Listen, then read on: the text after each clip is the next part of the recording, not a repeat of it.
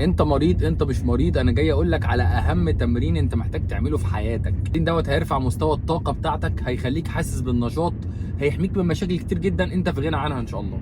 التمرين اللي بتكلم عنه النهارده وهو تمرين التنفس العميق. يا جماعه احنا محتاجين نتعلم ازاي نشغل عضلات الحجاب الحاجز بتاعتنا.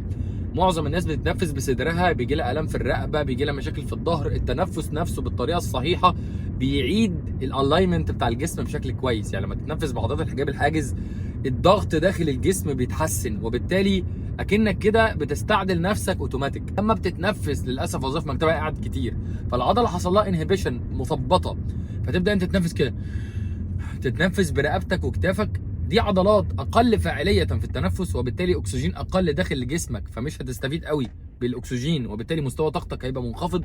ثانيا هيجي لك الام في الرقبه والام في الظهر ومشاكل انت في غنى عنها. فاعمل تمرين بتاع تقويه عضلات الحجاب الحاجز بالشكل اللي انت شايفه، ايدك على بطنك، انفخ بطنك بالهواء زي البالونه، وطلع الزفير من بقك وانت بتعمل حرف او.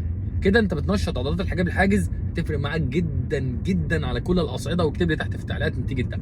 جرب ده 5 مرات بعد كل صلاه، هيفرق معاك جدا جدا. كان معاكم دكتور حازم طارق، اشوفكم الفيديو الجاي ان شاء الله. السلام عليكم.